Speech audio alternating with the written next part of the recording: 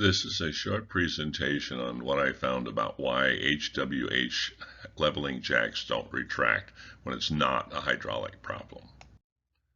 The first thing you must do is determine that it's in fact a hydraulic control problem or a mechanical problem with the cylinder itself. Use HWH's instructions to try releasing or venting the hydraulic circuit first, and if you with that open and it still doesn't come up, then you probably have a sticking cylinder.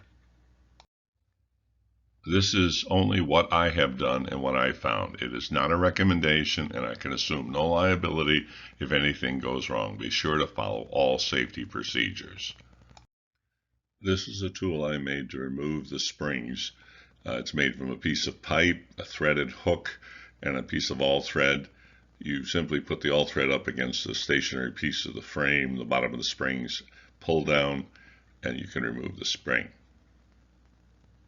In order to get it apart without knowing what's inside, I had to saw the end of the cylinder off. Normally the rod would be in here, and after cutting it, this comes off.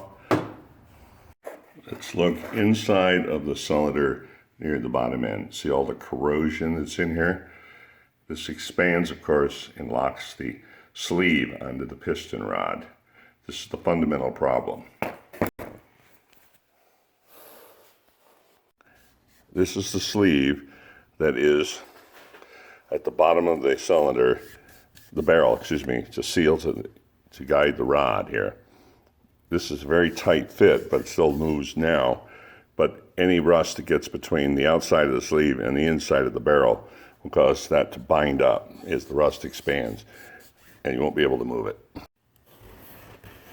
Okay, these are the brass guides that are at the top of the piston that slide along the inside of the barrel.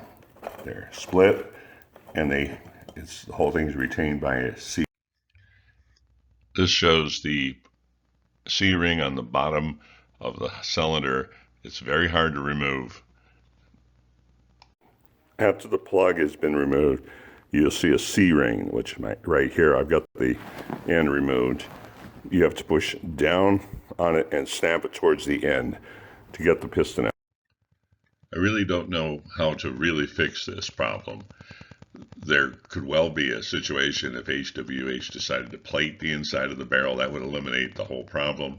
You might be able to flush the salt water, which is picked up under winter driving conditions, out of the cylinder. You did it promptly after driving under those conditions. And of course, you really want to use your WD-40 treatment as they recommended after that. Basically, I do not know if there's any good solutions.